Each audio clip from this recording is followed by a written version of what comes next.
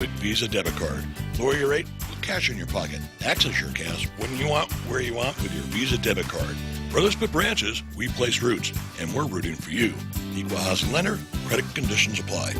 Half a day. Patsy Gogri from Security Title here with information about what a title company does. The title side of our business determines who owns a property and guarantees your ownership with a title insurance policy. The escrow side acts as an independent third party, managing the transfer of money and documents between the buyer, seller, lenders, and others. Security Title has a management of real estate closings down to a science. Give us a call. We are here to help. We're already Pica's best radio station, but we're always looking for ways to be even better. Announcing the point on Alexa. In addition to our FM and HD radio feeds, our incredible app, informative website, Facebook Live, and YouTube Live, you can now tell Alexa to stream The Point. And your smart speaker will start playing whatever we're saying. News and views 24/7 with your 4-word command. Alexa, stream The Point.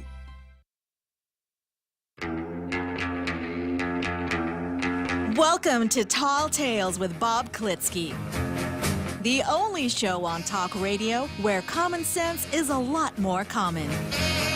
Phone lines are now open at 888-TALK. That's 888-8255. And now, The Point proudly brings you Tall Tales with Senator Bob Klitzkie. A well-regulated militia being necessary to the security of a free state, the right of the people to keep and bear arms shall not be infringed. I said that yesterday. I said it the day before. I'll say it tomorrow, and I'll say it again on Friday. I'll say it again on Saturday and Sunday, but you won't be able to hear it because I won't be sitting in front of a microphone. But it's something that I don't want to forget, so I keep saying it over and over again. A well-regulated militia being necessary to the security of a free state, the right of the people to keep and bear arms shall not be infringed.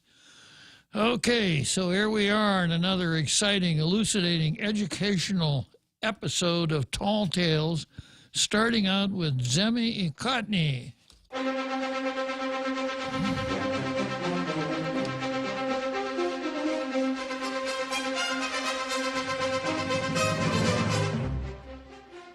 Yesterday, something extraordinary happened during this portion of the show. The Daily News got a blue star. It's kind of like the Chicago Cubs winning the World Series. You know it's possible.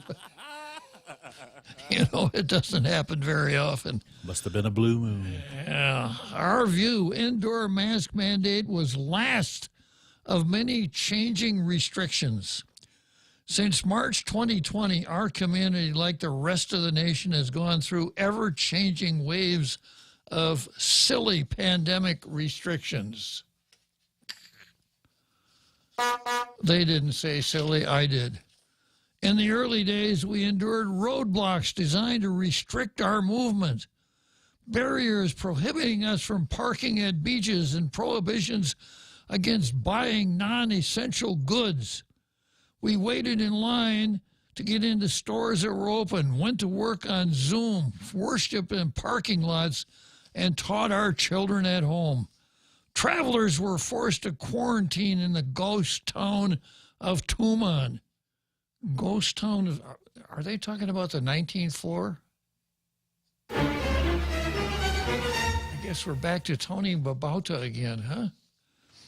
We had drive-through Wuhan virus tests, drive-through food distribution, drive-through graduations, and drive-through callers to talk shows. Are you listening, Drive-Through Jack? Let's hear that theme song, Jose. Drive-Through Jack. Yeah, that's the one. Drive-Through Jack, it was so dedicated that even though he was ordering his supper, he called in to Tall Tales, and I had a chat with him and the attendant at McDonald's, a three-way conversation. Restrictions were lifted when vaccines were introduced. Treatments were developed, and more people achieved greater levels of immunity. And Tuesday, we took off our masks. The masks have been with us from the beginning. Well, in the first few weeks, masks were hard to find. So we either had to stay home or figure out other ways to cover our faces. But once we got masks, we were expected to wear them every time we got out of our cars. Some of us even wore them driving around alone. No! We've learned more than any of us cared to know about the difference between cloth masks, procedure masks, KF94s, KN95s. We had masks that displayed our school logos, our village seals, our territorial flag, and our places of employment. For 2 Christmases, we wore masks decorated with Santas, festive trees, and reindeer. As the highly contagious Omicron variant took hold, we learned that our decorative fabric masks did little to protect us, and we invested in more substantial, though less fun, comfortable face coverings. Maybe you did, but I didn't. No. No. Nope. We haven't been in agreement over the need for masks or any other pandemic restrictions. The division of our community over vaccines, occupancy limits, masks, and other measures has been an ugly development in a global health emergency. Now that masks are optional, most of us will opt to leave them behind. But some people and businesses will remain cautious. We need to respect the decisions of people who may be high risk, immunocompromised, living with others who are at risk who simply want to protect themselves, and armed robbers who have been wearing masks long before the pandemic came to our shores. But for those who choose to ditch the masks, the lifting of the mask mandate is a happy development. Now, I want to go back to the roadblocks part of the editorial here, and I have a picture that I'm going to show you. Yeah, remember this? Yeah. I can't forget. The depth of silliness here on the island. We were stopped on Marine Corps Drive. Uniformed National Guardsmen would approach our cars. We would roll down our windows and they'd say, "We're in a pandemic. Wash your hands, wear your mask, social distance. You may go, sir." Oh, that I got put on clean underwear. Don't forget the dirt behind your ears. You try to use deodorant if you can possibly do it. Yeah. Brush your teeth before you go to bed. Change your socks every day. And something weird I don't think applies to Guam. Don't eat yellow snow. I don't know why that was said. Yeah, so, this became the checkpoints, the roadblocks, initiated a tradition on Tall Tales that continues to this day. Because a friend of mine who is a doctor told me that, offline that she'd been called into GRMC, not for an emergency, but to do a procedure, and she wanted to get there as quick as she could. So she got stopped at a checkpoint on Marine Corps Drive and sat there for like 20 minutes on her way to the hospital till finally she swung a UE, turned around, and came to the hospital to GRMC by an alternate route. Now, of course, I explained that on Tall Tales, but I did embellish it a little bit. After all, the name of the show is Tall Tales, and it is a double entendre. Tall Tales, reason number one, because if you ever see me wandering around out in the street, I'm a pretty tall guy. Reason number two, I try to never let the truth interfere with the telling of a really good story. Tall Tales. So when I told the story on the air, I said that the doctor finally got so tired of it, she turned around to get to GRMC another way, drove down to Umatic, came up the other side of the island in order to get to GRMC. So I got an email from a good friend of mine who heard it, and she said, "Gosh, that lady must have been new to the island. there are lots of ways to get to GRMC from East Agania without going through Humatic. And so I explained it, and I said, henceforth, when I'm engaged in that kind of a tall tale, you'll hear this. Yeah. So you newcomers to the show, when you hear that horn honking, it's not somebody driving by who really likes the show. It's Jose indicating that Bob is telling another tall tale. And by the way, if you happen to see me stumbling along out beside Marine Corps Drive, don't be bashful. The beep beep works there too. I'll know what you're talking about. All right, so we've done Zemi Cotney. Let's dive into the card for today. And we've got Paul Zerzan versus systemic racism. Orange versus red. And I think we all now understand that when it comes to the truth, the rice is orange. When it comes to the narrative, the rice is red. And most of the time nowadays, if you watch the media cartel, you're going to get the red rice, not the orange rice. You're going to get the narrative.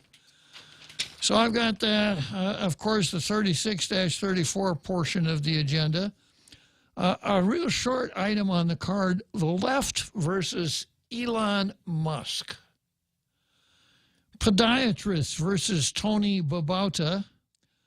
McNinch, the Ron McNinch, Dr. Ron McNinch versus the Board of Education. Pete Scrow versus Calamity Jane. Political versus Scottus, more of that. Weisenberger versus Neil and Tina. The Ethics Commission versus the Open Government Law. So starting out with the Public Law 36-34 portion of the agenda of the card, you know that public law says that every notice of every meeting of a board or commission must contain the full agenda, which must be set out in such a manner as to put the public on notice as to what will be discussed at the meeting and what may be acted upon at the meeting. A failure to put that kind of agenda out means that everything done at that meeting is void. The serial offender here is the Guam Visitors Bureau. I think they've got it right once out of about 25 times. They consistently make the same error. This time around for their next meeting, item number 8 on their agenda is new business. And this is their description of new business. Open topics invited. Wrong. So in other words, at that portion of the agenda, if you want to come along and say, hey, you guys out there on the board, I really think we should try to develop more tourist traffic with Nauru. And maybe somebody could make a motion. And then, you'd expect, well, Mr. Chairman, I move that we spend $50,000 trying to develop tourist traffic with Nauru. Any objection? No objection. Motion carried. So ordered. You can't do that.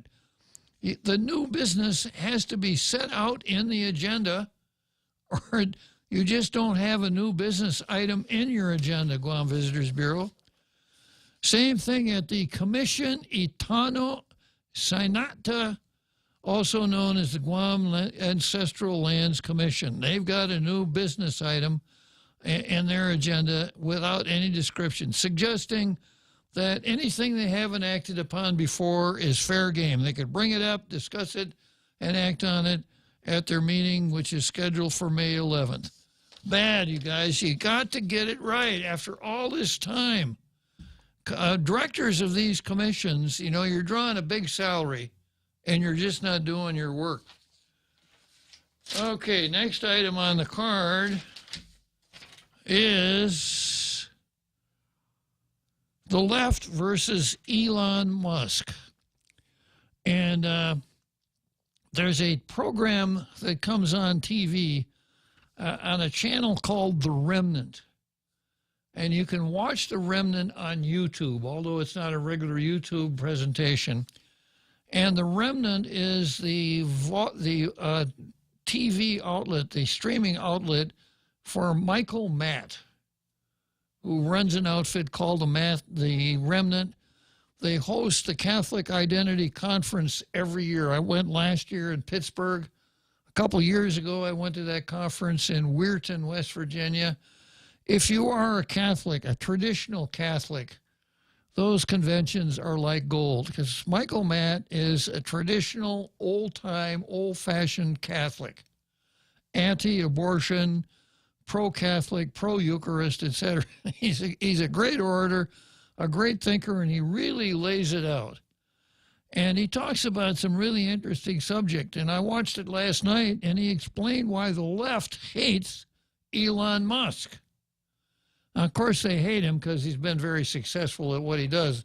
He's the richest man in the world, and no one should be that rich, according to the left, unless it's Nancy Pelosi or Hunter Biden or Joe Biden or in fact, any politician shouldn't be a millionaire. Bernie Sanders and guys like this that are really for the people. But Musk made it all because he's really good at what he does. And he's this strange animal that, once again, the left really hates. He's an entrepreneur. He has the ability to understand things, pull things together in such a manner that there will be a public demand for them, sell them, make money in the process. And another example was...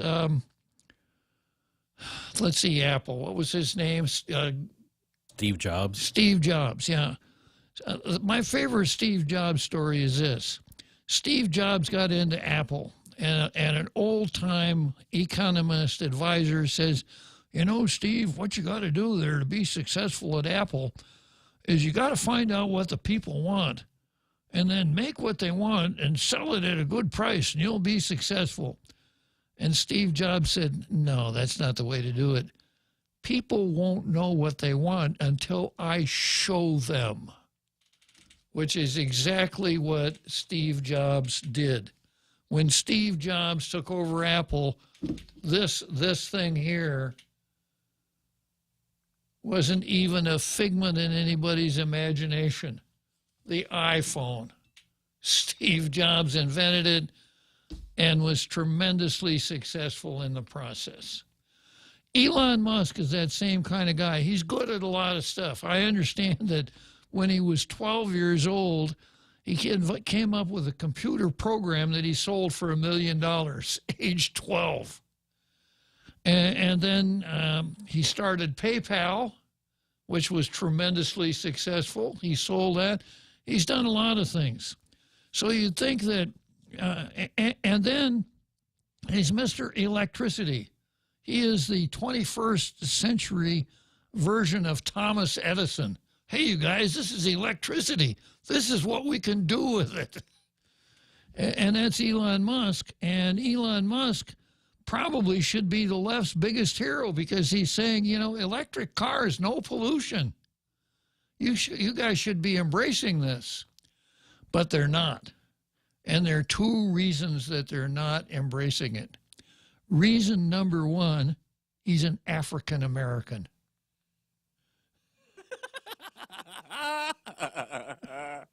He's an African American, but he's got no time for Black Lives Matter at all.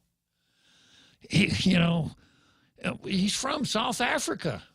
So he's an African American. They don't give him any slack at all. You'd think they would be bowing and kissing his ring and everything like that, right?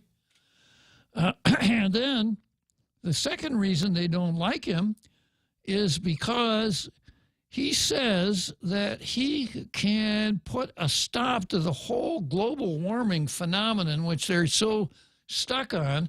He says that he can do it by 2030. This would be the worst possible thing that could happen to the left, because they would lose all of their mechanisms and excuses for control. The whole global warming thing is just a classic example of eco-fascism writ large, especially if you tune in on guys like Klaus Schwab. and unfortunately the Pope, the New World guys, the Great Reset guys, because they see this whole global warming thing as a way of controlling the people. Klaus Schwab says, with the Great Reset, you will own nothing, and you will be happy. That's Bill Gates, Klaus Schwab. There's another guy whose name I can remember, the Davos crowd. And of course, Elon Musk is just exactly the opposite. He's anathema to those guys. He doesn't need the government. That's another reason they hate him. He didn't need the government to do any of this stuff. What's amazing to me is that it's almost like night and day. He wasn't demonized until this mass hysteria happened, and everybody has to jump on the mass hysteria bandwagon, even if they don't even understand what's going on. They have to push the narrative. So if the media said it, that legacy media said he's a bad person, he automatically became a bad person. And then of course I saved the best for last. The reason they hate him is because he bought Twitter, and he has this really strange idea about Twitter that it should champion free speech. And, of course, the left hates free speech. Classic example of what Herbert Marcuse called selective tolerance. Free speech is great so long as you're singing the party line song from the left. But if you're not, then it's violence. Speech is violence, and we have a duty to suppress it. So that's my take on Elon Musk. And you know, sometimes the best way to gauge the true worth of a person is by determining who his enemies are. And if you are on the bad side of the left, you're on the right side of Tall Tales, no question about that. All right, next item on the card is podiatrists versus Tony Babauta. Why podiatrists, Bob? Well, podiatrists are specialty physicians. They're foot doctors. That's what my mother used to call them. Oh, yeah, he's not a doctor, he's a foot doctor. But they specialize in the feet. And I've had occasion to deal with podiatrists on more than one occasion because I probably put more than 25,000 miles on the 2 feet that support me right now. And I've had some problems with my feet. And I went to several podiatrists. The late Larry Hazen, a great guy, a great podiatrist, a beautiful sense of humor. And then we had a Dr. Silan. I don't know if he's still practicing or not, the son of a Dr. Silan, who was a podiatrist, who came within a gnat's whisker of getting elected in the 28th Guam legislature. So these guys will take good care of your feet. If you need orthotics, no matter what's wrong with your feet, they can help you out. But like all folks in the medical business, prevention is one of their key traits. They want to give you advice so that you don't have trouble with your feet. Make sure that your feet fit. Hazen used to say, make sure that there's enough space between your toes and the front of your shoes. And he told me what size to get. And he says, if you don't like the shoes, throw the shoes away and wear the boxes. But you got to have that space. So they're great preventionists. But the Podiatrist Association, getting ready to blow the horn here, the Podiatrist Association has come out and said Tony Babauta is setting a horrible example for the podiatrist community because he insists on not just shooting himself in the foot, but in doing it with an automatic weapon. The Democratic Party of Guam is back to holding an open primary this year after its Central Executive Committee on Tuesday night voted to rescind a prior decision to hold a closed primary. Yeah.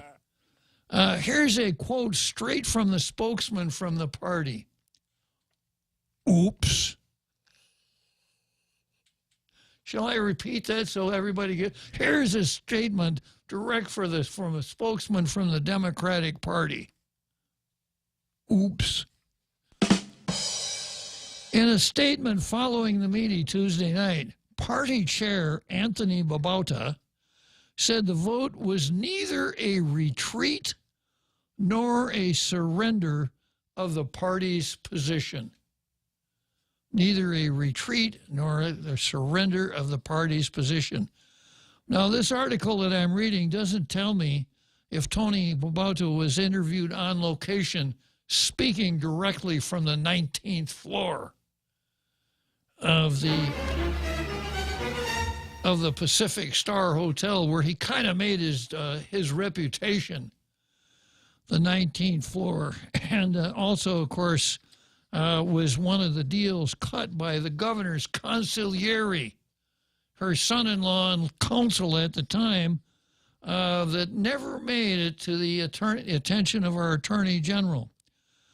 But anyhow, Tony Babauta says going backwards is neither a retreat nor a surrender. Now, I don't think Tony ever did a hitch in the Marine Corps, but there is a famous line, a Marine Corps line that comes from the Chosin Reservoir. And anybody who's ever had a connection with the Marine Corps knows about frozen at the Chosin. This was a strategic blunder by General MacArthur, where he split his forces in Korea and sent the Marines to secure a place called Chosin Reservoir. Literally millions of Chinese crossed the border and surrounded the Marines at Chosin Reservoir. And if you were to do mathematical calculations, you would have had to write off the entire 1st Marine Division at the Chosin. But Chesty Puller, the regimental commander of the 1st Marines, when told that his regiment was surrounded, said, "Good. That means we can shoot at the sons of bitches from any direction." And another famous quote that came out of there was, somebody mentioned the word retreat, and the answer was, "Retreat, hell, we're just advancing in another direction." Which is exactly what they did. So they had a fighting retreat, perhaps one of the greatest military operations ever written up.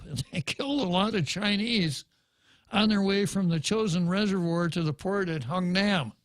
And it was heroic. But I don't think we can saddle Tony Babauta with, this is neither a retreat nor a surrender. It's what was referred to by the Army in the Korean War as the bug-out route, where unit discipline evaporated, everybody just ran for the South. So that's what I see the Democrats here doing. Their biggest challenge now is how to avoid the embarrassment that they created for themselves by practicing their own combat tactic, which is the ready, fire, aim tactic.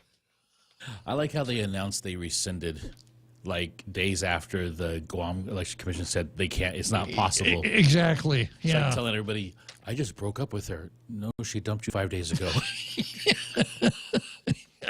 Hey, I noticed you got a letter the other day. What was it? Oh, it's just my girlfriend. How you doing, Johnny, and stuff like that. I saw your letter, and it was a Dear Johnny. Yeah, so what an embarrassment for a political party. Now, you could draw a couple things out of this. It was a terrible mistake on their party because they didn't do their homework. They read Judge Lorena. Well, I suspect they didn't even read Judge Lamorena's decision, because Judge Lamarena said every election commission, you write to the parties and ask, do you want an open primary or a closed primary? They got that letter and they said, hey, let's have a closed primary to keep those Republicans from coming over and sabotaging our election. Hey, good idea, Tony. Let's do it. Okay, here, grab a pencil and draft up this resolution. All right, all in favor, say aye. And they adopted it, right? They they never read Lamorena's decision, which says Election Commission come up with rules and regs. And anybody who is at all familiar with the government knows that Moses probably was able to carve the 10 Commandments in less time than it takes to do rules and regs. But the Election Commission never did it. Now, that's a black mark on them because they should have started doing that as soon as they got Lamorena's decision, but they didn't. But the Democrats should have known that, and they should have studied the calendar and know that it's a 45-day lead for UCAVA. And, you know, all of the timelines that are coming up just didn't fit at all with this idea of let's now change the rules and have a closed party. They even thought that they said only Democrats can vote, and they thought it was their records as opposed to the registry records involved. So just a huge blunder on their part. Their records. Yeah. I mean, so it was a huge blunder, and this tells you something about them and the way they do things, but it also tells you something about Democrats. How can you trust people like this to run the government? Well, from insular cases to Title IX and whatever else they don't read but still cite, this isn't that surprising. Exactly. Yeah, exactly. You not only, if you're going to be able to run the government, you not only have to do the right thing, but you got to do things right. Because if you don't do things right, it doesn't matter if you're doing the right thing. But we're Democrats. We're not right. We're left. Yeah, that's right. Why would we want to be right? So going on with this article, I got to read one sentence one more time here. We'll take a break and come back to the 19th floor. The Extra Point with Jerry Roberts of Guam Training. Hi, I'm Jerry Roberts, and every day on The Ray Gibson Show, I get to comment on the incredibly diverse, fun, challenging, sometimes frustrating, often exciting, but always interesting world of work. I hope you'll be there with us. You can find daily transcripts of The Extra Point at guamtraining.com. Tune in every weekday morning at 7:20 for The Extra Point with Jerry Roberts, brought to you by Guahan Insurance Services and First Hawaiian Bank on 93.3 The Point. Check out the newest hydro and garden center to hit Guam, Crop King Hydro. We have a huge selection of plant nutrients, soils, hydroponic mediums, organic pest control pumps, plant support, tools, and so much more. Call 635-4769. 635-GROW. Open Monday through Saturday, 10 to 6 at the Dededo Satina Mall, right across from Payless and Paradise Fitness. For whatever you grow, think Crop King Hydro. Crop King Hydro. Welcome back to Tall Tales with Bob Klitzkie, Guam's single voice of reason. Call now, 888-TALK. That's 888-8255.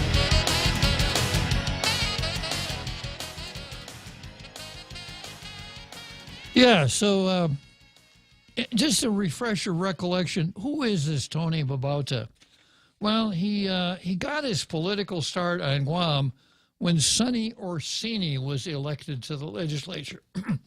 He was one of like Orsini's 28 staffers.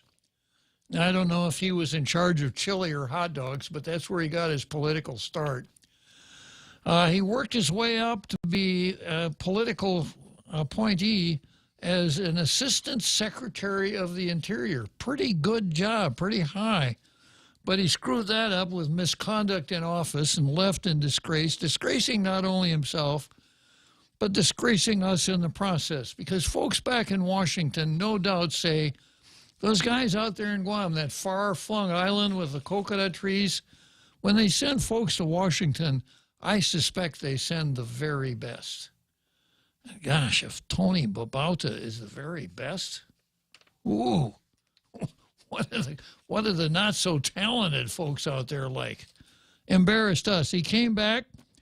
The governor chose him to be chief of staff. And you'll recall that the governor sent her consigliere, her son-in-law, what's his first name? His last name is Huynh. Can't even remember. Yeah. Her son-in-law out to negotiate leases with hotels, and he negotiated a lease with the Pacific Star to rent the 19th floor for quarantine purposes, notwithstanding the fact that her son had worked for her in the bank, her son-in-law had worked for her in the bank, and that the Bank of Guam had a $36 million mortgage with the Pacific Star Hotel, which was in default at the time. So the governor leased the 19th floor, put Becky Respicio and, Guam Housing, now Deputy Chief of Staff, Alice Tyron. In charge, kind of being the floor girls, at director's salaries. And Tony Babauta came to inspect and decided he'd spend the night there. And he spent the night in the presidential suite. And some eagle-eyed reporter caught it, blew the whistle, and Tony Babauta resigned. The legend of the 19th floor continues. I suspect that we will never find out everything that happened on the 19th floor. It is such it's an enigma wrapped in a mystery, for sure. But that's Tony Babauta. So based on his record that I've explained to you so far, the Democrats put him in charge of the party. So I suspect that there will be, a series of short pamphlets that come out, all with the titles, The Successes of Tony Babauta. Chapter 1, Tony got fired as Assistant Secretary of Interior. Chapter 2, Tony's humiliation at the Pacific Star. Chapter 3, Tony screws up the party for the Democrats. What is he going for? A job at the port? Yeah, I guess so. Yeah. But in a statement following the meeting Tuesday night, party chair Anthony Babauta said the vote was neither a retreat nor surrender of the party's position. The latest vote was 15-3 with one abstention. This means any registered voter on Guam, even Republicans and independents, can vote in the Democrat primary, Democrat Party's 22 primaries for governor, delegate, and senator, and mayor.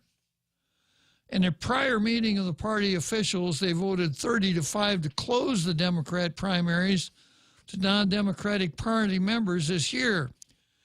GEC told the Daily Post there are about 2,500 registered Democrats based on the commission's registry as of April 27.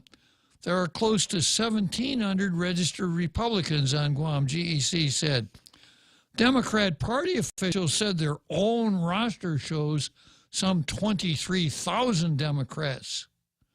But the law is clear, Pangilinan said, that the GEC registry has to be followed. Now, you wouldn't know that if you use the ready, fire, aim. Oh, we got 23,000. We got 23,000. That's enough. Some Democrat Party officials, however, are intent on pushing for a closed primary for the 2024 election. Sure. That's the opposite of sour grapes, Jose, is called sweet lemons. Sweet lemons. Should something that, we don't like it. We actually like it. This is a good thing because now we can straighten it out for 2024. The party is drafting a resolution urging the Election Commission to start working on its rules, policies, and procedures to be able to conduct a closed primary for the next election cycle. This whole thing is to get the GEC moving. Oh, I got it. To give them a heads up. This is not a closed issue, John Birch said during the Democrats' special meeting. Now, you younger fellas wouldn't remember this, but back in the 50s, there was a Republican group, very conservative Republicans, called the John Birch Society. I don't think this is the same John Birch because he's a Democrat.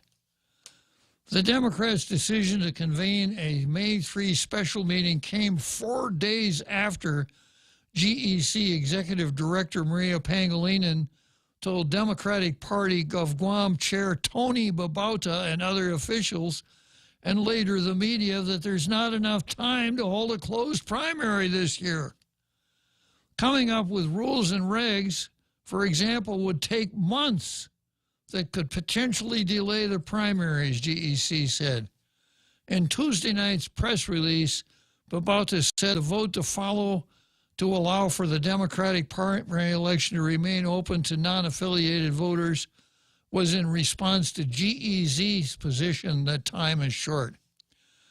The Central Executive Committee still intends to ensure a closed primary in future elections to end the partisan electioneering that affects the democratic process in selecting our party's nominees. Democrats have been and will always be the biggest tent of ideas and policies that work towards equality and social justice. I'll concede that. Social justice. We hope that moving forward, the Election Commission, in good faith, takes actionable steps to comply with Judge La Morena's order. This is neither a retreat nor a surrender of our party's position, but a statement to ensure that all who are responsible will work closely with us to ensure that affiliated voters have the opportunity to elect the nominees who represent them. Prior to Tuesday night's vote, Babauta and the rest of the Democrat Executive Committee went into executive session to consult with attorney Vanessa Williams. Refreshing your recollection on attorney Vanessa Williams, here's one of her quotes. "It's impossible to separate our choice of whether and when to have children from every other choice in our lives."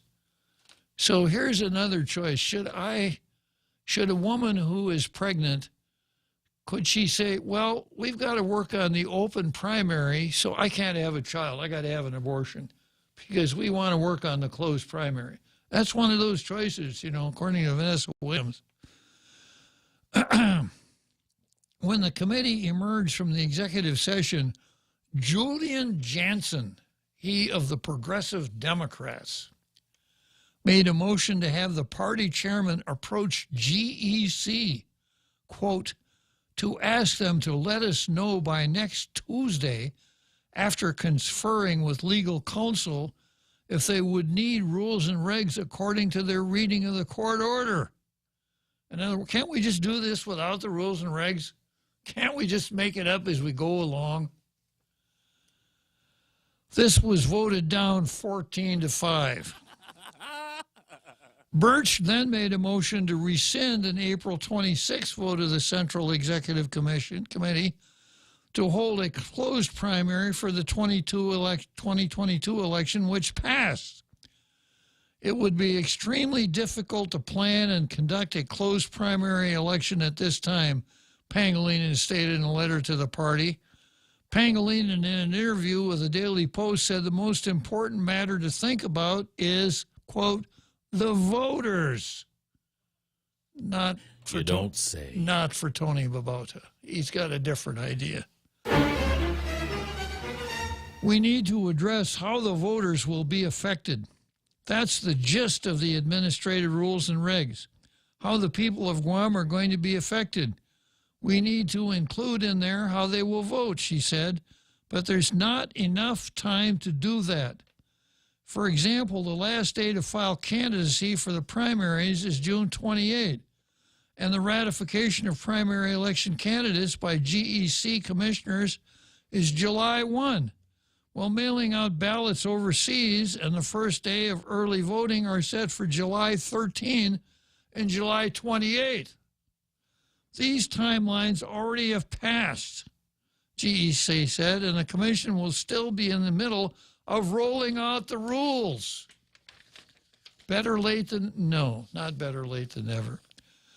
Babauta thanked everyone for their participation in the meeting and crawled under the door on his way out of the room.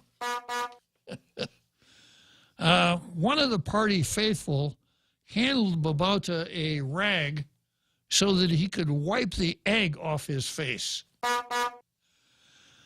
A 2004 court order said that political parties have the prerogative to dictate their primary election format.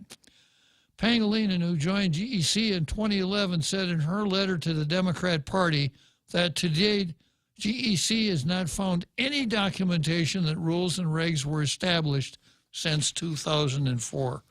I guess they consulted with the Chamorro Land Trust Commission, who told them, you don't need no stinking rules and regulations. Okay, so much for Tony Babauta. We'll take a short break and then close the gap between now and the big halftime show. Listen to The Point anytime, anywhere on Odyssey. Odyssey is your new audio home for all the music, news, sports, and podcasts that matter to you. Find your favorite stations like The Point and discover more. Music stations, local and trusted news sources, sports talk and team coverage, plus today's biggest podcasts. Find it all on the Odyssey app. AUDACY. Come try Guam's original Chamorro restaurant with Pica's Best 5 years running. Mezcla Chamorro Fusion Bistro. Experience Chef Peter's candied salmon over scallion coconut rice, octopus to nectac, Chamorro platter, and their award-winning gourmet hamburgers. Or if you're looking for something healthy, try their keto-friendly menu. Come and enjoy Mezcla's half-a-day service at their Hagåtña and Grand Plaza Tumon location. Call their Hagåtña location at 479-2652 for reservations.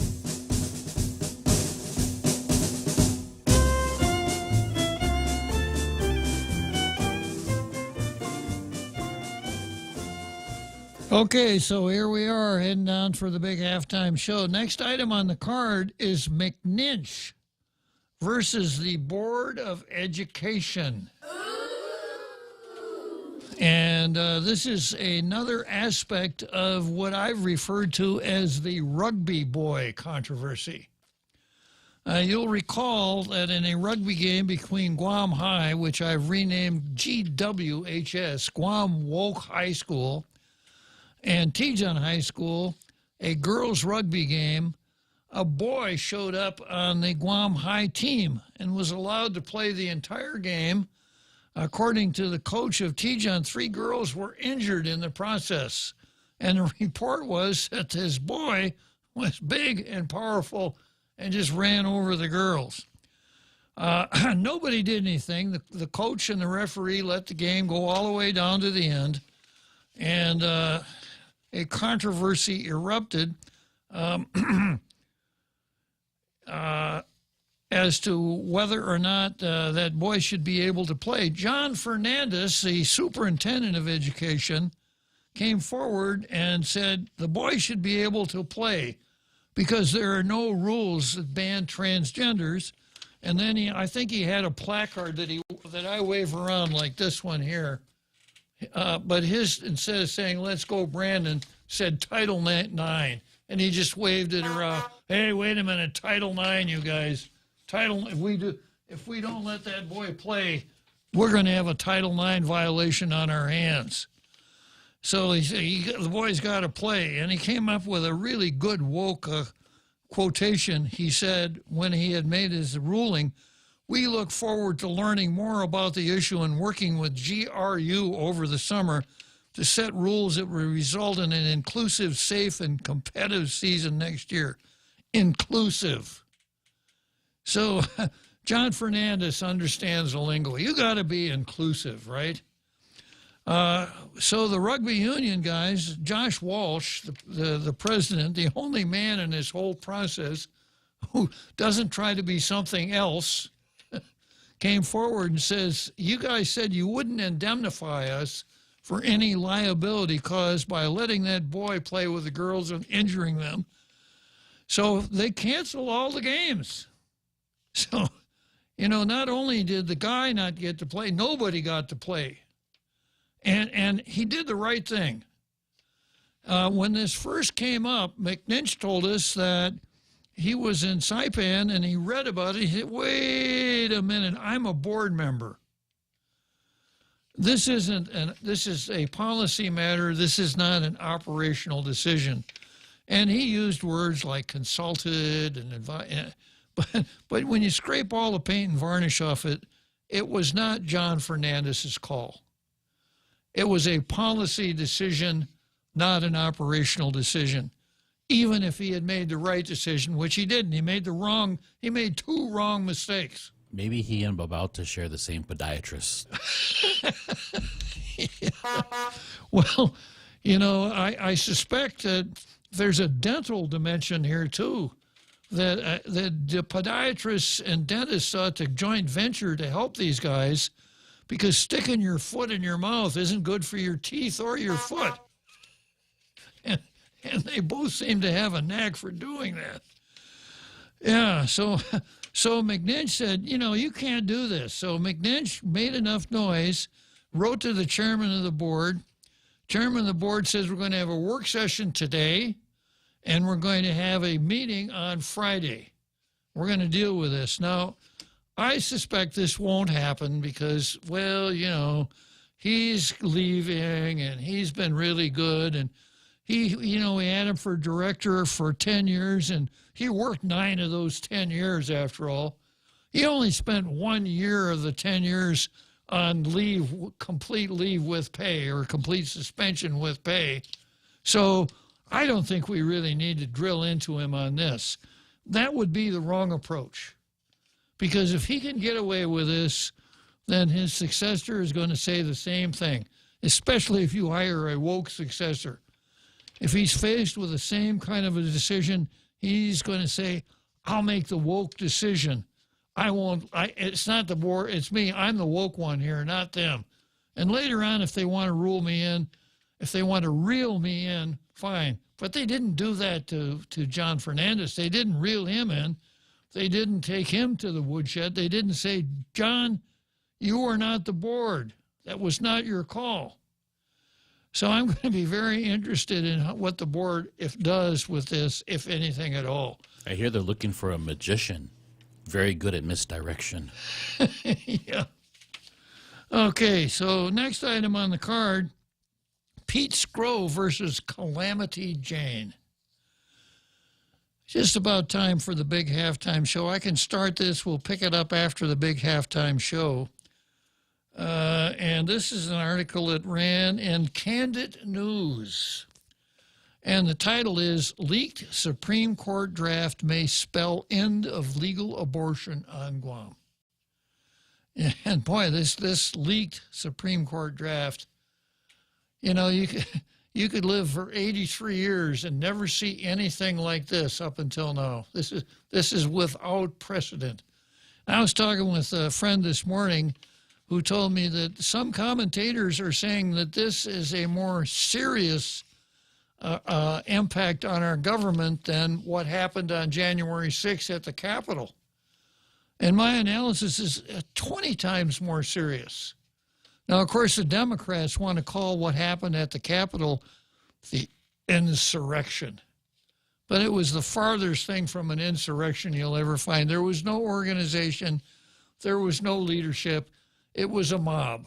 It was a mob that acted like a mob. Now, you can blame the mob on Donald Trump because Donald Trump did give an inspiring speech, but he didn't say, guys, go over there and trash the Capitol. In fact, the mob interfered with what appeared to be Trump's plan because the way the election mechanism is set up, the time to challenge a presidential election is in the joint session of Congress on January 6th. And there were senators and representatives ready to do that, but because of the mob, they couldn't. So I'll come back to this right after the big halftime show.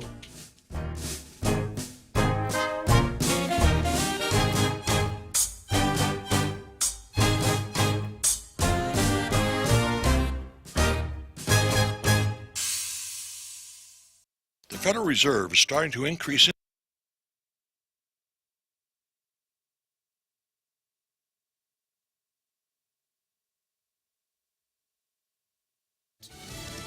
legislative fix. I'm Jack Callahan, Fox News. In the wake of a leaked draft opinion that suggests the Supreme Court will overturn Roe v.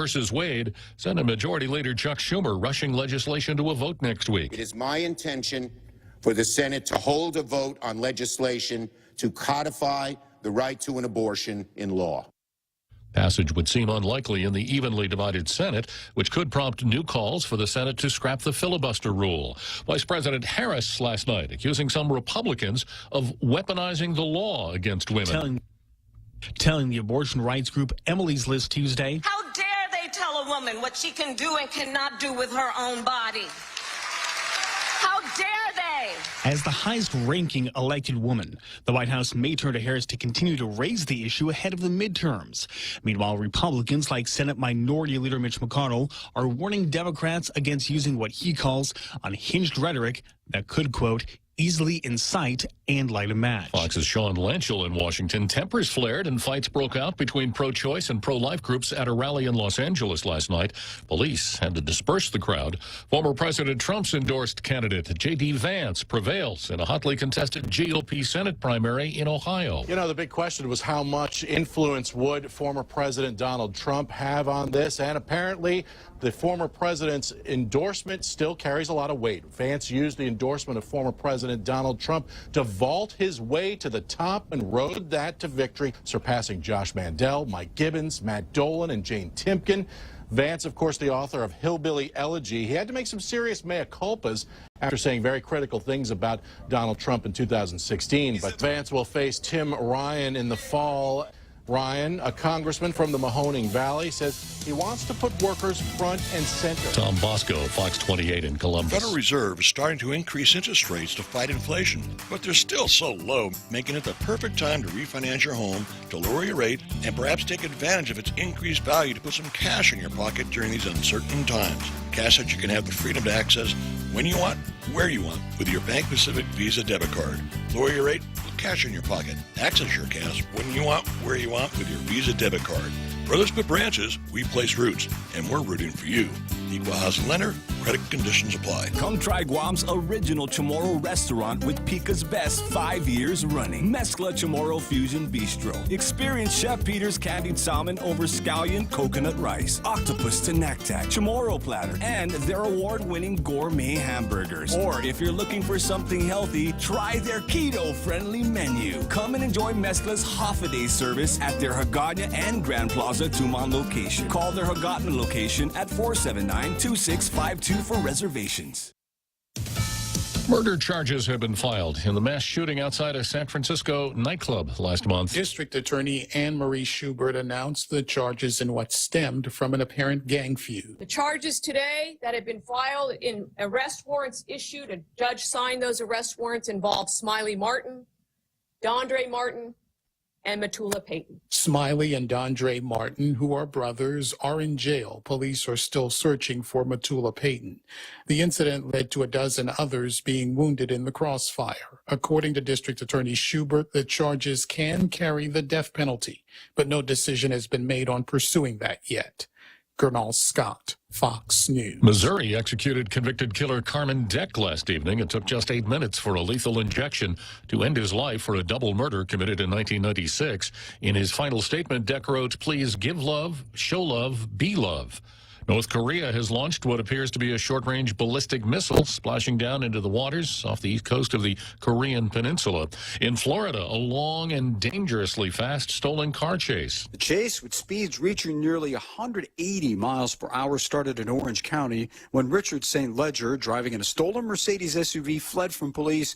He led them through Osceola, Indian River, Okeechobee, St. Lucie, and Martin counties. Deputies suspended their pursuit at one point because of the risk to civilians. Martin County Sheriff's deputies then set up stop sticks in St. Ledger's path. St. Ledger drove directly over the devices, which popped the car's tires as he zoomed around 150 miles per hour with his headlights off. It was only then St. Ledger abandoned the disabled vehicle. He ran into the woods, but a police dog helped capture him. Tom Rigotti, Fox News. And in Washington, I'm Jack Callahan. This is Fox News.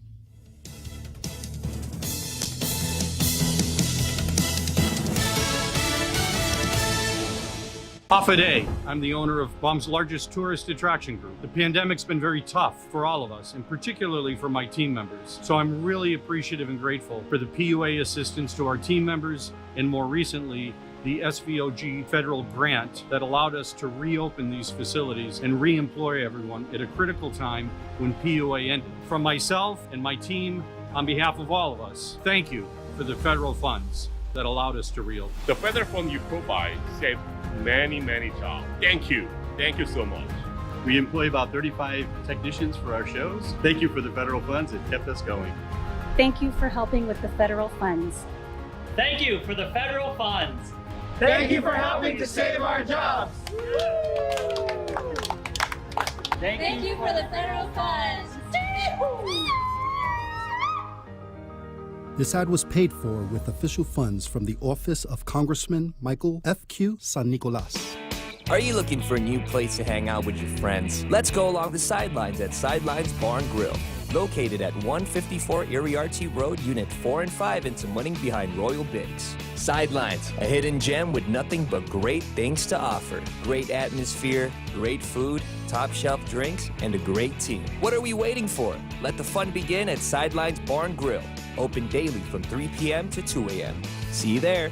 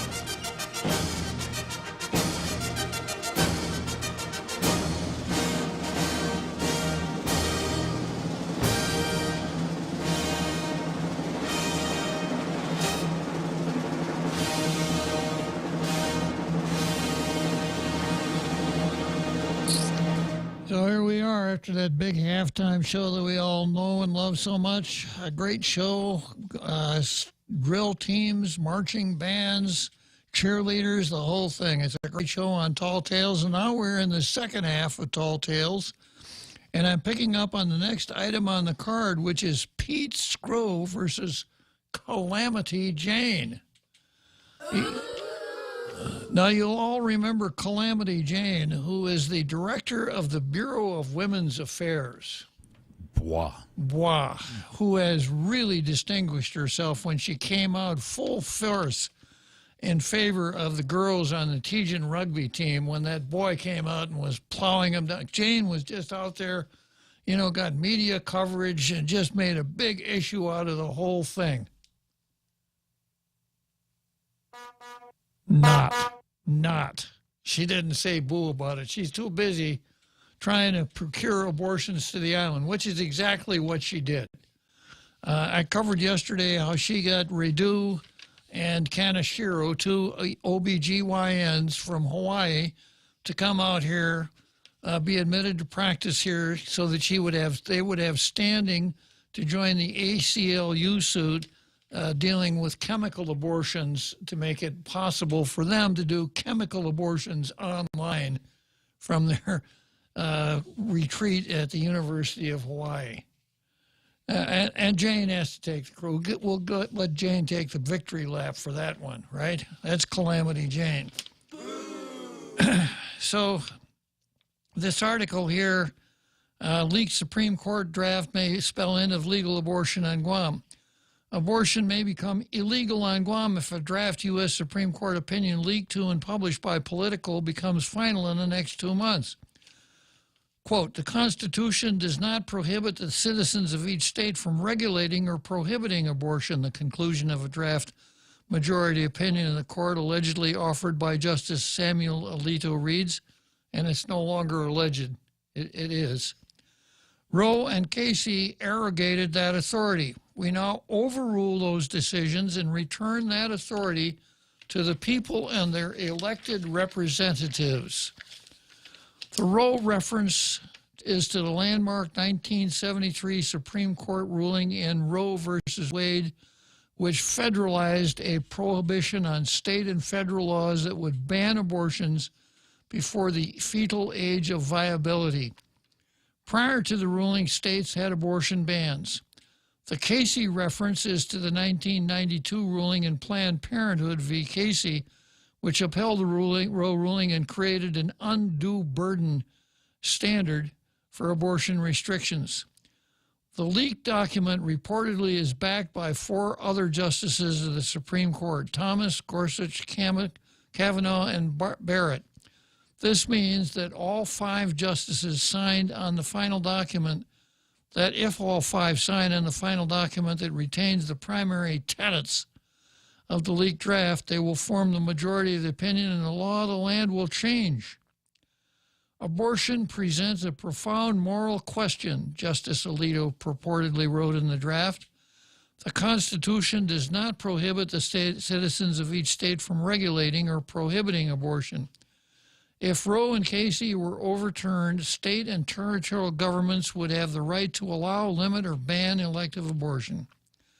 On Guam, however, there is a likelihood that an abortion ban will go into effect as soon as the High Court reverses Roe and Casey. That's because the Guam legislature in 1990 already outlawed abortion. On March 1990, Governor Joseph Atta signed Public Law 20-134, authored by the late Senator Elizabeth Bell Areola. Days before that, all 21 members of the legislature voted for its passage.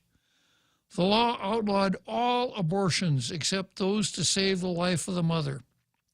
Quote, the legislature finds that life of every human being begins at conception and that unborn children have protectable interests in life, health, and well-being.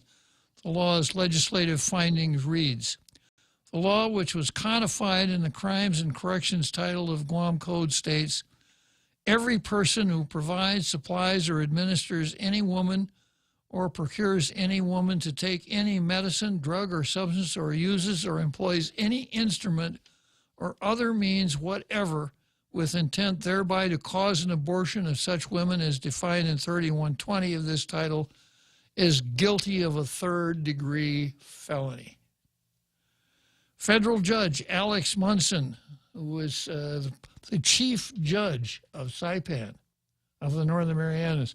Do you know why Alex Munson was the chief judge of the Northern Marianas, Jose? Because he was the only judge. The only federal judge. Federal judge. Yeah, who was visiting Guam in the days following the enactment of the law, issued a temporary restraining order prohibiting the government of Guam from enforcing the law until questions of law resolved. Those questions were first raised in court by Senator Areola's daughter, Attorney Anita Areola. The legal battle made it all the way to the Ninth Circuit, where on November 7, 1996, it had struck down the law based on Roe. Okay. So permanent injunction, district court on appeal, district court to the Ninth Circuit. Ninth Circuit sustained the district court decision. But the Guam legislature never repealed the law. Now, here's what Troy says next. And by the way, Johnny Rosario is with us today. Good afternoon, Johnny. Glad to see you're with us today. But the legislature never repealed the law. In fact, as former Senator Robert Bob Klitzkie pointed out in an editorial he penned, the Guam compiler of laws noted the continual existence of the Areola statute, but its inability to be enforced due to the permanent injunction against it. Now, this is when we started talking abortion here, and the pro-abortion folks came out and said, well, you know, abortion's unconstitutional. And my argument in the column that I wrote is, yeah, the courts have made some law for us. But if you want to know what the public policy of our territory is, then what you need to do is look at public law, what was it, 20-134. Unanimous. 21 votes, unanimous, clear indication of the public policy of the territory, which is put on hold because of a judicial ruling. Coincidentally, in Guam Code Annotated, I think it's in Title IX. Mm-hmm. Yeah, it is. Yeah. It's not like, yeah, right, it is Title IX. Exactly. A different Title IX, yeah. The permanent injunction was based on the prevailing law of the land on the subject Roe versus Wade. If it's overturned, so will the injunction, in theory. The debate in 1990, as it may turn out to be in the months ahead, was intense. When the law passed, an organizer with the American Civil Liberties Union came to Guam and solicited women seeking abortion to fly to Hawaii. Then Attorney General Elizabeth Barrett Anderson had her arrested. Well, it's within the confines of the statute. It's the aiding or abetting, right? The ACLU reportedly is on island again. And where were they when we had the checkpoints out there in Marine Corps Drive? Not interested. And I mentioned this yesterday. Once upon a time, I had admiration for the ACLU. No more. They're just an adjunct of the leftist branch of the Democrat Party. The bill introduced by Senators Nelson and Duenas and written by attorney Peter Skro would allow people to sue abortion providers if such person performs elective abortion after a fetal heartbeat is detected. Others also can be sued for assisting the matter. Now, I want to just stop here for a minute and go back to Title IX now that Jose has called my attention to the other Title IX.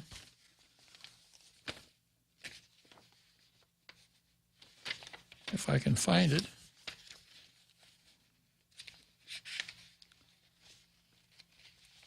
Yeah. So the article contained the operative portion of Title IX. It's Title IX, Section 31.20, and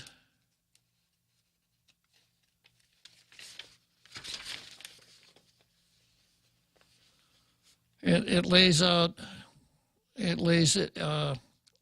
the former law. And then here's the note from the compiler. That the law that's now on the books was enacted in 1978 as part of the original Criminal and Correctional Code. Comment: the Law Revision Commission made no recommendation as to the regulation of abortion.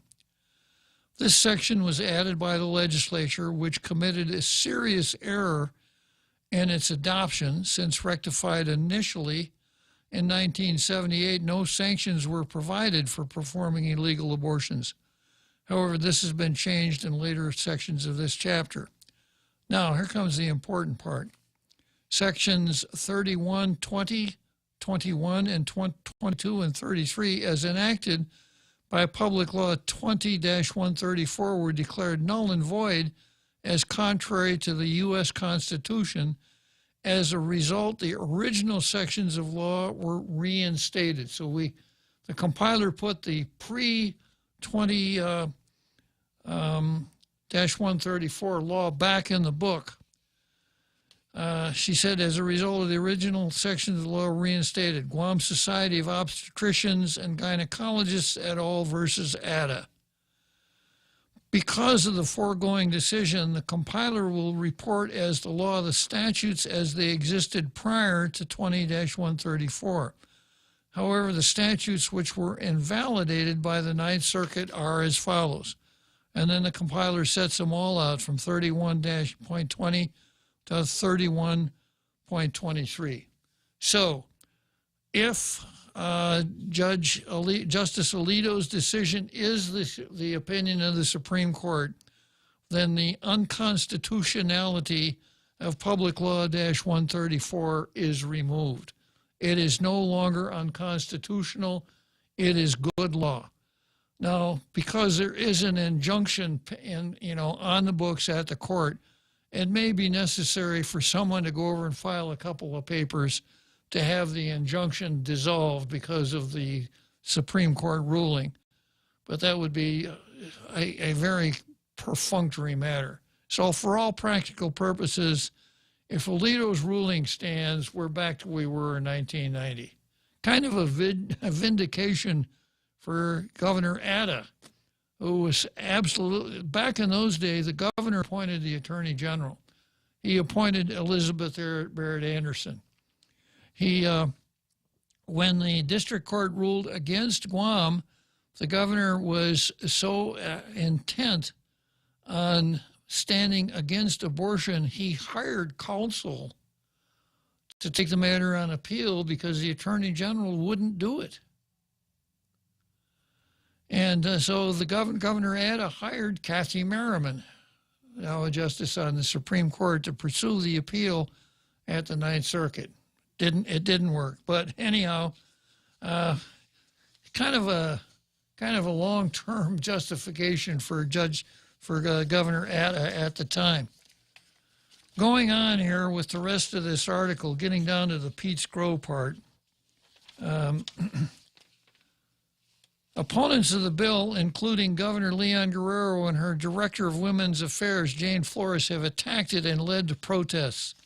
Speaker Therese Terlahi, under whose committee the bill was referred, is holding the first of 4 public hearings on it Wednesday, where supporters and opponents are expected to testify for hours. Opponents are planning a second protest outside the legislature during the evening hours of the public hearing. Pete Scrow is calling for cooler heads and proper discourse to prevail, no matter which side citizens are on the issue. In an email to Ms. Flores, he wrote, "Dear Jane, the two of us are in a position to foster peaceful communications despite opposing views. I'm generally concerned about the safety and welfare of our people that not only will participate in a peaceful rally today, but also preparing for 4 public hearings starting tomorrow. In the same way that I have already done and will continue to do, I ask you to reach out to your pro-abortion supporters and emphasize the importance for peaceful exchanges. I, of course, recognize the right of free speech, but that right disappears when exchanges in speech results in any form of personal injury. I write this to you in good faith and seek your leadership to help inspire peaceful exchanges as we move forward with differing positions relative to abortions. The last thing we need are any statements that incite discourse and anger." Well, I'll go along with the anger, but I want the discourse.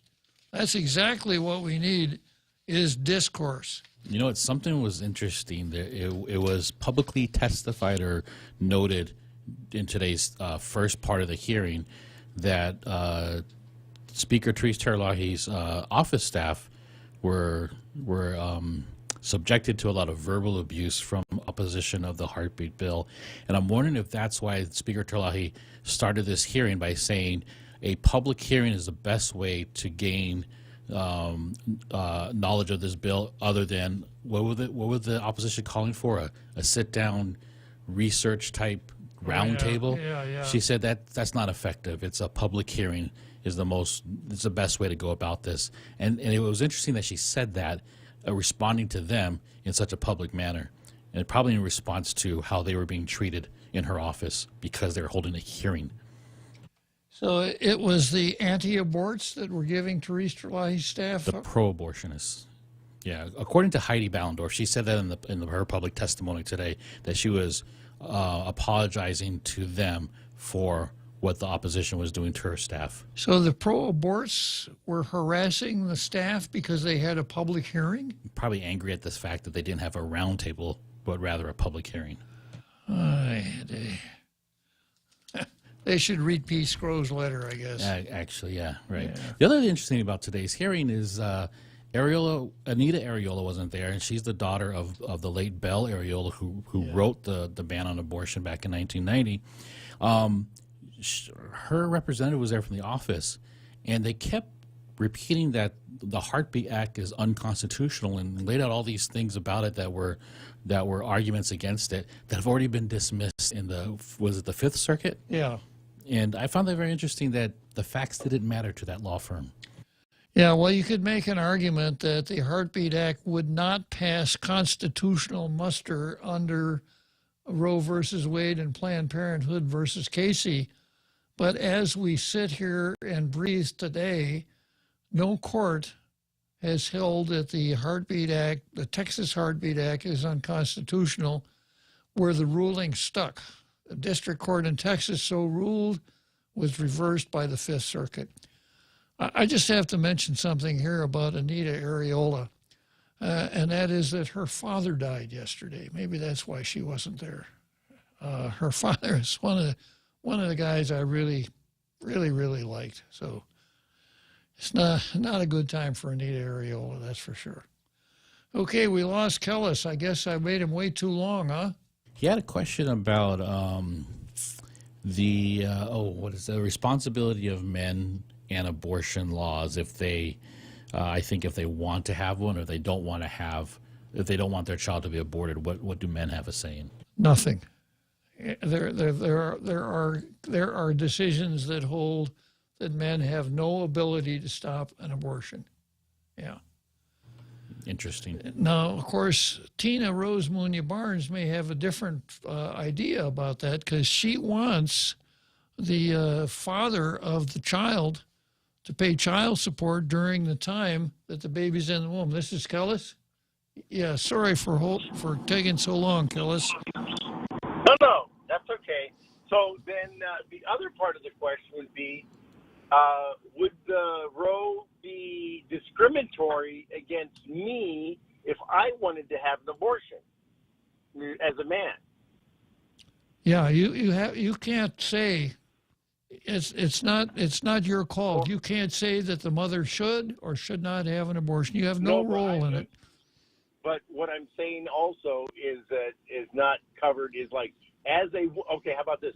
As a woman, because I'm a woman right now. Okay. And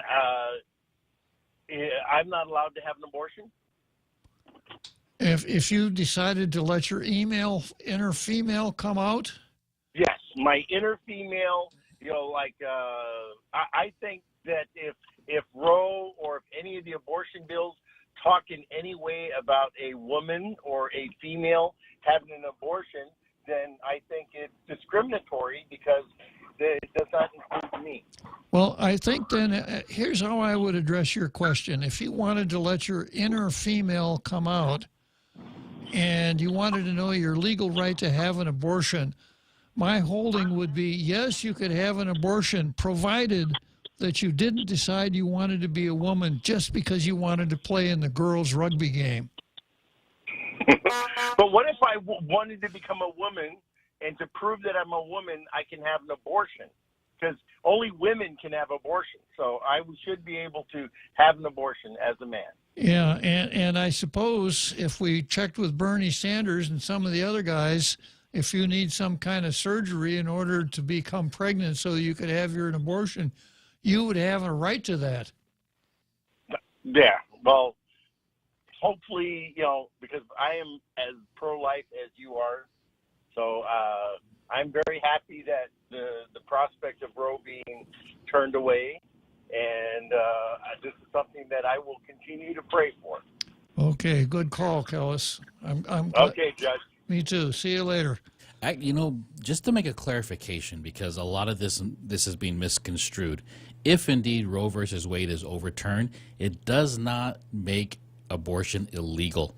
It just brings the decision to the states. Exactly. Yeah, and I've gone into this before. When the Constitution was ratified and became effective, for a tremendously long time, the only relationship between citizens of the United States and the national government was the post office, because states were the factories for most of the laws. That's where they came from, and people interacted with their states. The national governments only did the things that couldn't be done by the states, national defense and things like that. But starting in the 1920s, the national government got completely out of control. I've explained it's because of a case called Frothingham versus Mellon, but that's a long story. So we didn't really let the national government had no role in the criminal justice system. There were very few federal crimes, and the federal crimes dealt with the functions of the national government. So matters dealing with the interaction between people and their government were at the state level.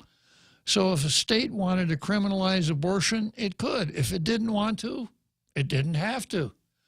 And we saw that, with a lot of issues. Gambling, for instance. Gambling was legal in Nevada. Gambling was a horrible thing in Utah. It's two states that border one another. But we have really blurred those lines now.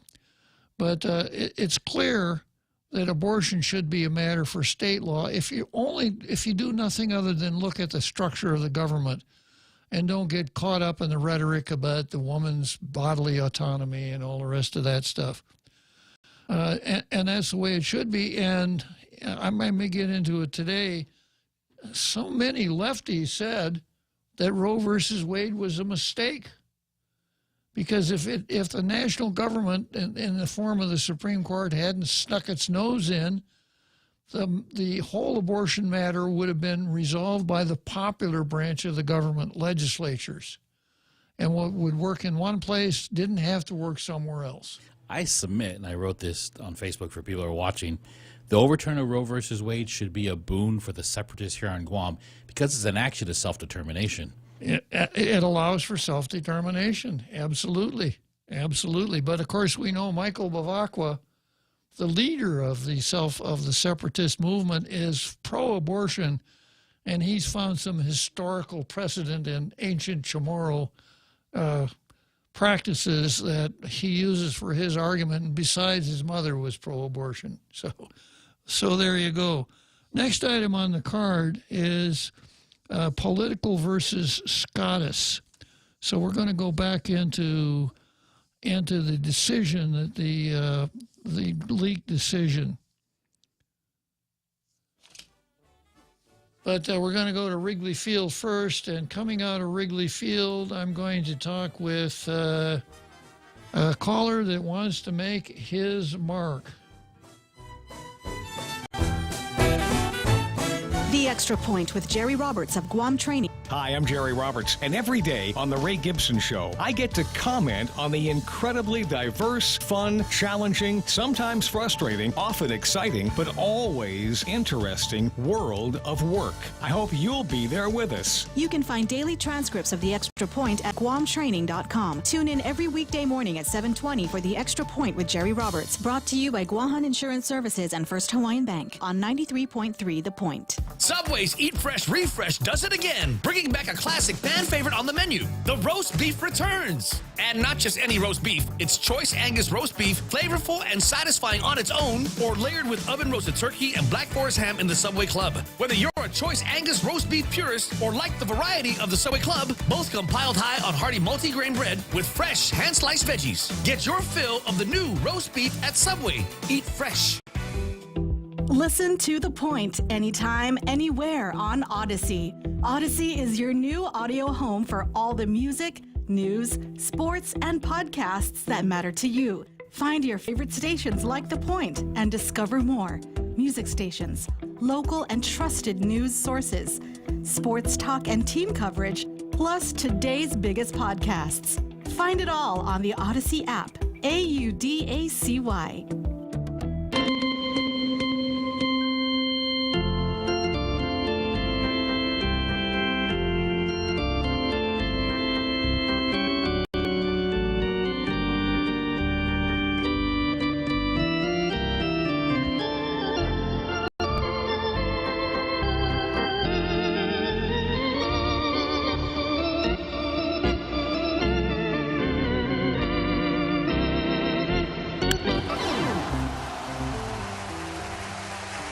Okay, so we have a caller here who wants to make his mark talking about Biden and abortion. So go for it, Mark.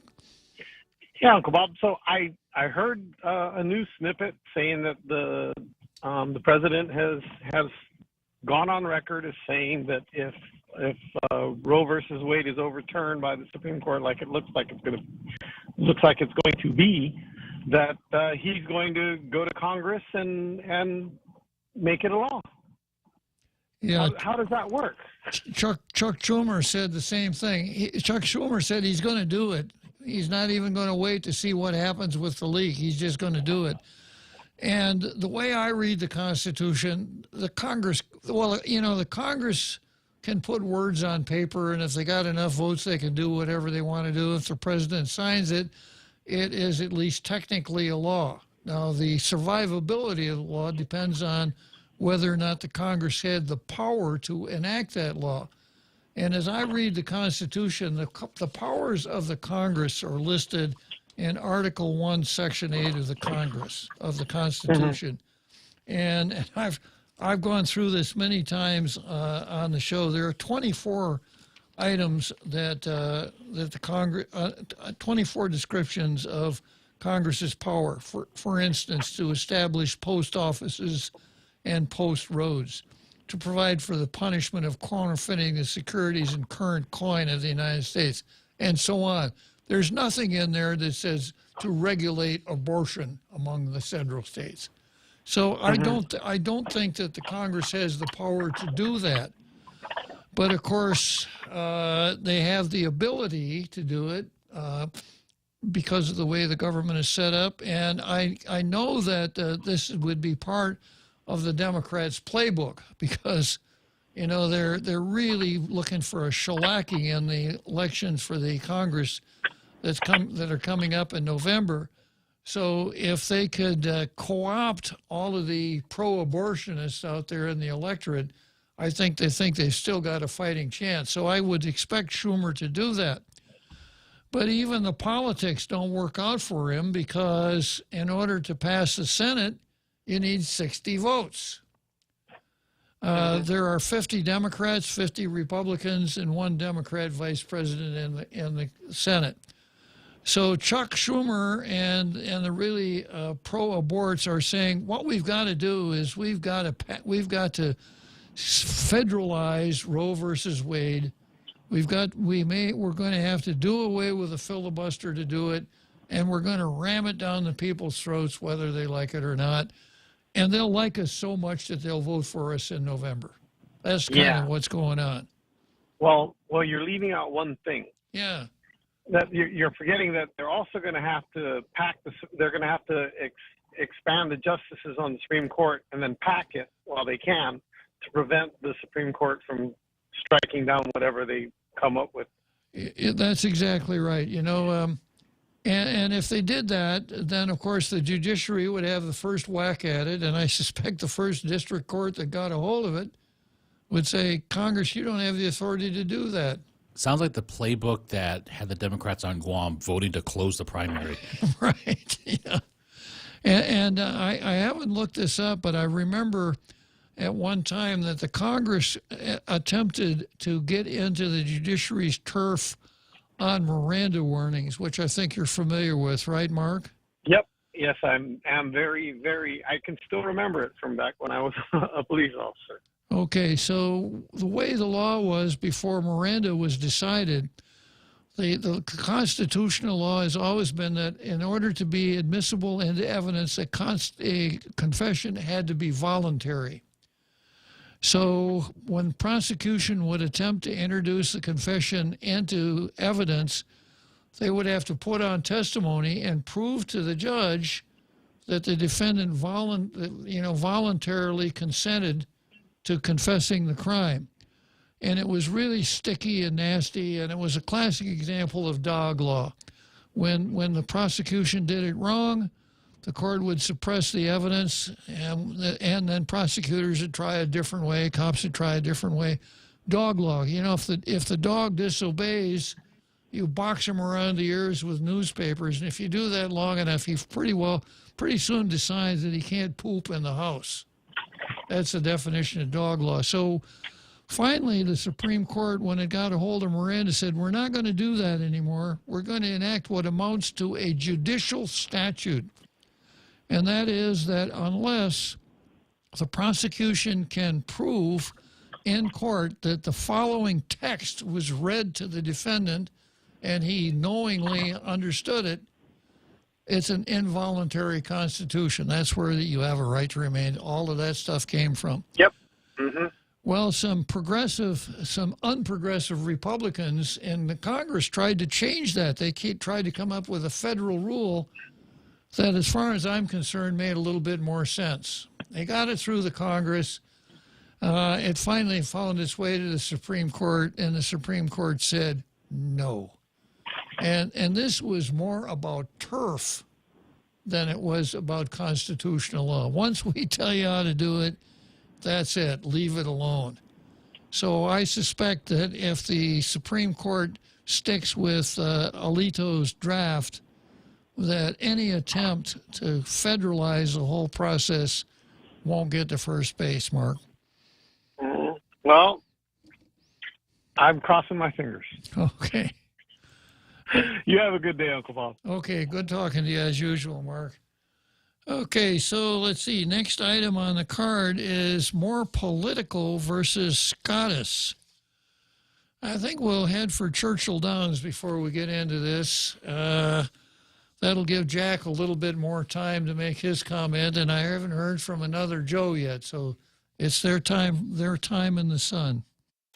Half a day. Patsy Gogri from Security Title here with information about what a title company does. The title side of our business determines who owns a property and guarantees your ownership with a title insurance policy. The escrow side acts as an independent third party, managing the transfer of money and documents between the buyer, seller, lenders, and others. Security Title has a management of real estate closings down to a science. Give us a call. We are here to help.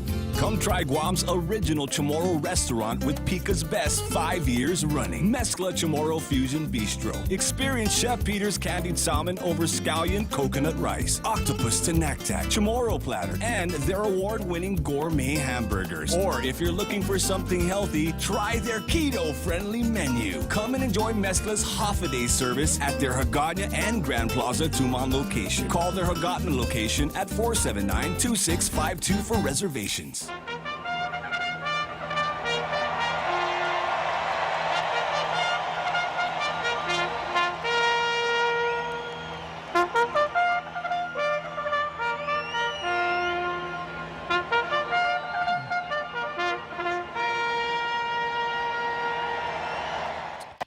So I have an article here that ran in the Washington Examiner about Roe versus Wade.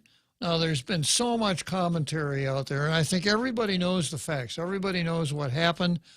Everyone has a theory as to why it happened. The theory I like the best is that some radical clerk on the Supreme Court, every justice has 4 clerks.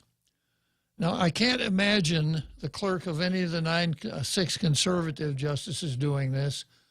I can imagine one of the clerks for the 3 liberals. So that narrows it down to 12 people. And I could imagine one of those people saying, you know, abortion is going to be unavailable if this decision stands. I've got to do something. This is more important than my oath as an attorney, my oath as a law clerk, etc. This will have national and almost immortal importance. So I've got to go do this. The end justifies the means. And the media that got the scoop was Politico. And it's also been reported from sources that the White House also knew about this before Politico published this. Really? Yes. That was something that was said this morning on a morning news show, actually an overnight news show that I heard this morning. So it kind of leans towards a leftist. Yeah. Now, of course, Politico did exactly what they're supposed to do. They get it, they publish it, yeah. So my suspicion is that this law clerk did it figuring that there are a couple of possibilities, that maybe the justices will feel kind of embarrassed and perhaps modify their stands a little bit, that people will put pressure on the justices to change their minds, something along those lines. But more importantly, this has a partisan political dimension to it that I mentioned a little earlier in the show. The Democrats are really behind the 8 ball for the congressional elections coming up in November. They're going to take a real shellacking, as President Clinton said. So this is kind of a Hail Mary pass that they could put a little bit more excitement back into their followers, all of the pro-aborts on their side, and some people who will go along with the pro-aborts just because they think as Democrats they have to. Because, you know, you can't be a Democrat unless you're pro-abortion. Everybody knows that, right, Jose? So that's that. But I want to go back to the decision itself. And I mentioned on the show, Roe versus Wade was a horrible decision. If you want decisions to be decided based on the law, not feelings or... And one of the functions of our judiciary is supposed to be that we put judges in black robes, we literally put them on a pedestal, and we do everything to make them think that they are judges, not Joe Schmo or whoever they are. That being a judge is not a license to enact into law your own feelings, the way you think things should come out. Being a good judge sometimes means going against your own instincts in order to follow the law. But Roe versus Wade is not really based on any law that you can put your fingers on. So I've got this article from the Washington Examiner. Roe versus Wade, which declared abortion to be constitutionally protected and thus voided state laws banning it, was a horrible decision, morally and legally. So when President Obama praises the decision on his 39th anniversary, he either shows a strikingly poor understanding of constitutional law, I'll give him that, or he buys into the dishonesty that pervades the opinion and its defenses. Just look at what pro-choice legal scholars say. Ruth Bader Ginsburg called the ruling heavy-handed judicial activist. Ruth Bader Ginsburg, the incredible RBG, was the queen of abortion jurisprudence, and that's what she said. Lawrence Tribe, a very liberal scholar, wrote behind its own verbal smoke screen, the substantive judgment on which it rests is nowhere to be found. Former Harry Blackmun clerk Edward Lazarus wrote, as a matter of constitutional interpretation, even the most liberal jurisprudence, if you administered truth serum to them, will tell you that it's basically indefensible. There are plenty more examples like this, but this doesn't keep Obama from pouring unmitigated praise on the ruling. No surprise. As we remember this historic anniversary, we must also continue our efforts to ensure that our daughters have the same rights, freedoms, and opportunities as our sons to fill their dreams. That's Obama. And this is an older item. 54 million babies have been aborted since 5 judges contorted the Constitution to fit their ideological views and their social agenda. Today, in D.C.'s freezing rain, thousands of pro-lifers are marching against the atrocity.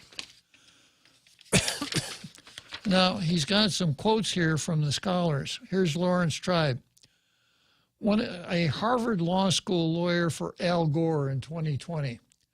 One of the most curious things about Roe is that behind its own verbal smokescreen, the substantive judgment on which it rests is nowhere to be found. Ruth Bader Ginsburg. Roe, I believe, would have been more acceptable as a judicial decision had it not gone beyond ruling on the extreme statute before the court. Heavy-handed judicial intervention was difficult to justify and appears to have provoked, not resolved, conflict.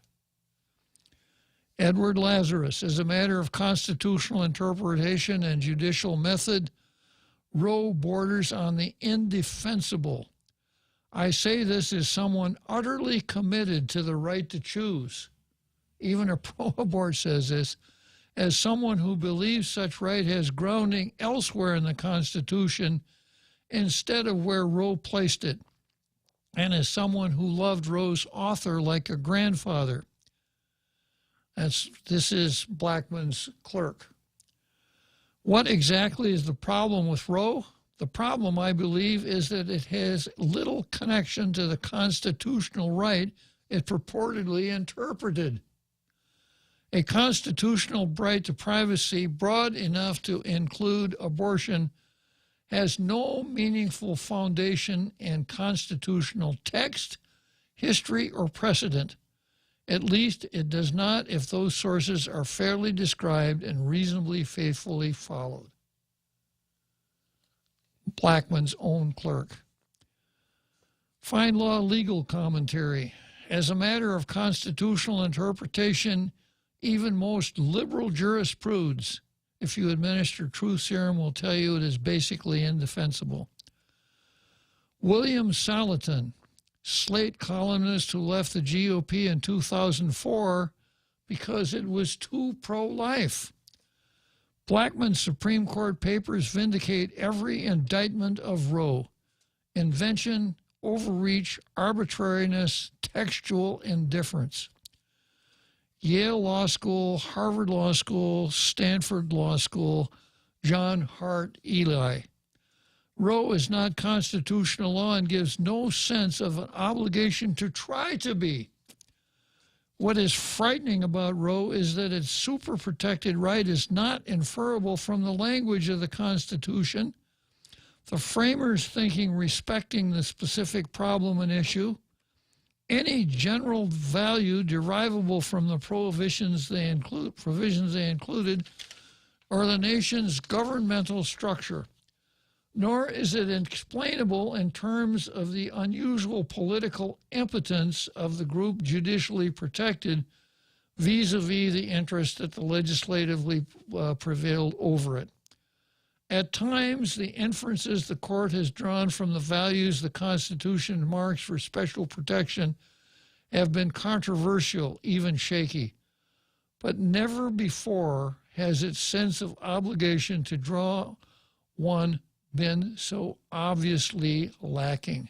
He wrote this in a law journal in 1973. So the decision is so bad,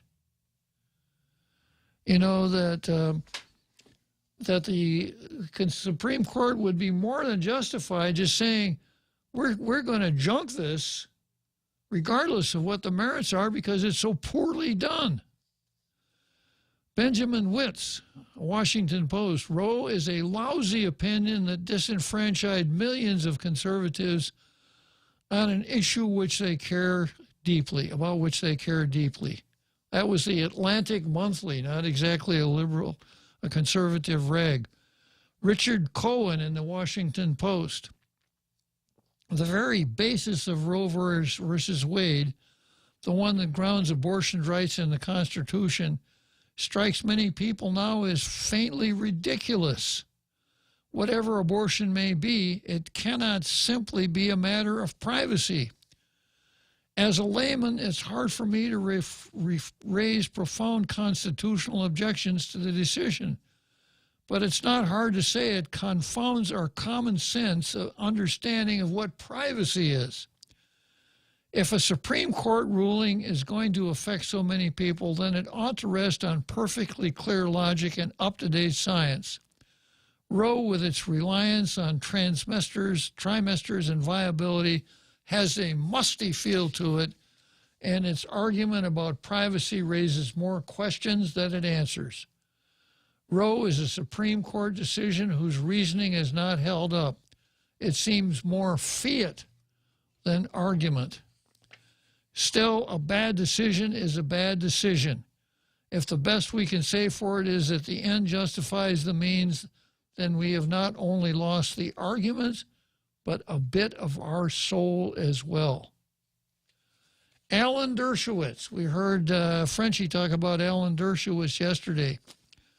Roe versus Wade, Bush versus Gore represent opposite sides of the same currency of judicial activism in areas more appropriately left to the political process.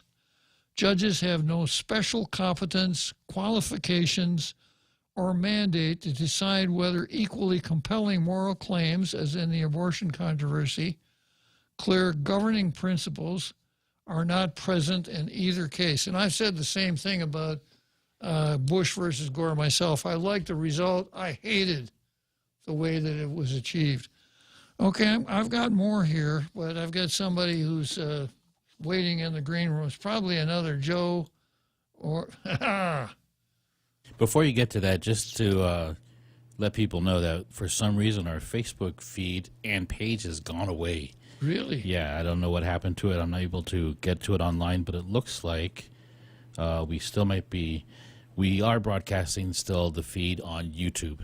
So if you go to YouTube and search Bob Klitzkie, you'll find Tall Tales there. Well, I'm looking at Facebook on my desktop right now, Jose. It could be a repeat, or people aren't able to comment either. Donna Mila commented. Do you have Donna Mila? Oh, that was the last one, and then it disappeared. Oh, okay. So you may have to be very antique and call if you want to get your 2 cents worth in. Okay, let me see what another Joe wants to add to the conversation here. Yeah, Bob, I was just talking with producer Jose there. Said, it couldn't be the new Supreme Court Justice Ketanji Brown because she hasn't been sworn in yet. No. And, you know, another theory as to why the opinion was leaked, the reason is that to take the pressure off of Ketanji Brown Jackson, who doesn't know what a woman is. Oh. And now with the leak, she knows that a woman is someone who wants to have an abortion. So it's going to make it a lot easier for her to ascend to the court. Oh boy.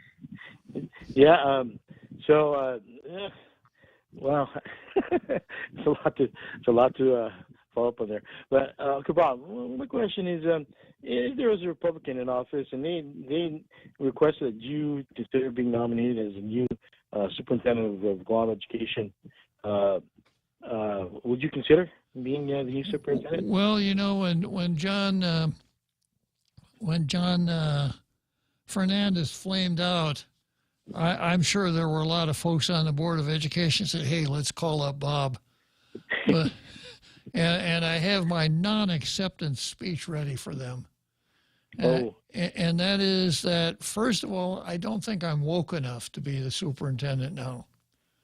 Back when I was a director, you didn't need to be. In fact, being woke probably would have been seen as a disqualification. And then second, a reason that I would have to turn them down, as much as I would like to be of service to the people, I already got a job. And I think that the job that I have right now is the most important job on this island. And I'm not ready to let it go. I hear you. It's too satisfying to leave the Tall Town Nation. Well, it's not that I get so much political, personal satisfaction out of it. I just figure that, you know, there has to be somebody who comes on here and tells it like it is and is not afraid to step on toes in the process of doing it, and knows what he's talking about. And that's why I figure I got the most important job on the island right now, because if I weren't out here saying a lot of this stuff, except for Ray, nobody else is going to say it. That's right. Hey, Uncle Bob, don't forget the public hearing for the anti-abortion bill, the Guam Heartbeat Act of 2022, Bill 291-36, is about to start at 6. And thank you for your time. Just keep listening. Good idea. Good talking to you, another Joe. Well, this important job has come to an end for another day, and it's time for me to say, let's go, Brandon.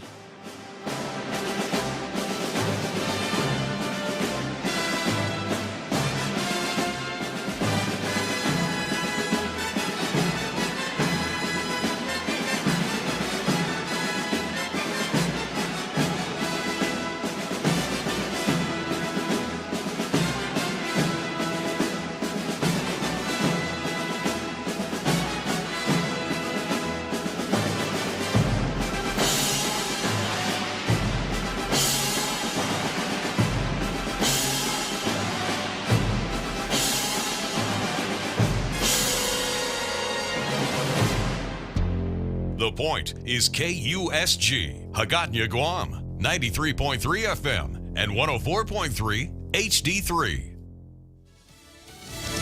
Donald Trump's influence in Tuesday's primaries. I'm Jack Callahan, Fox News. Each of the nearly 24 candidates the former president endorsed in the primaries in Indiana and Ohio have won their races yesterday. That includes author J.D. Vance, picked by Ohio Republican voters to run for the U.S. Senate. But what I love about this country, ladies and gentlemen, is it's not just for the families who've done everything right.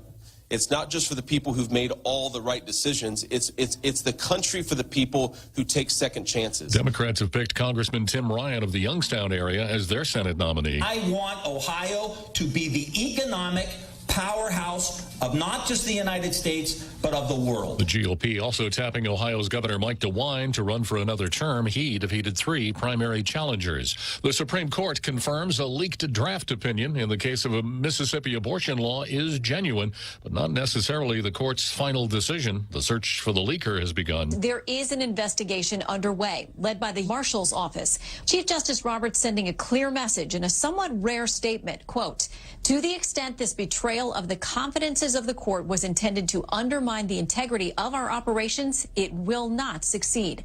The work of the court will not be affected in any way." Fox's Shannon Bream. Majority Leader Chuck Schumer says the Senate will hold a vote next week on a bill that would codify abortion into federal law. That bill failed to advance in the Senate in February. Oklahoma's Governor Kevin Stitt has signed a bill that bans abortion in Oklahoma 6 weeks into a pregnancy. North Korea has launched an apparent short-range ballistic missile into the sea off its east coast. A day before an expected interest rate hike from the Federal Reserve Board, Wall Street higher Tuesday. The Dow gaining 67 points, NASDAQ up 27, the S&P 500 closing 20 points higher. America is listening to Fox News. Get all of your favorite Fox News podcasts ad-free on Apple Podcasts with Fox News Podcasts Plus. From Trey Gowdy, the Fox News Rundown, Will Kane, Brian Kilmeade, and so much more. Go to foxnewspodcasts.com for all the details. The Fox News Rundown, a contrast of perspectives you won't hear anywhere else. Your daily dose of news twice a day, featuring insight from top newsmakers, reporters, and Fox News contributors. Listen and subscribe now by going to foxnewspodcasts.com. New from the Fox News Podcasts Network, Dana Perino, co-host of the 5 and America's Newsroom on Fox News Channel, returns to the world of audio with a new limited-time podcast. Everything Will Be Okay with Dana Perino, building off the success of her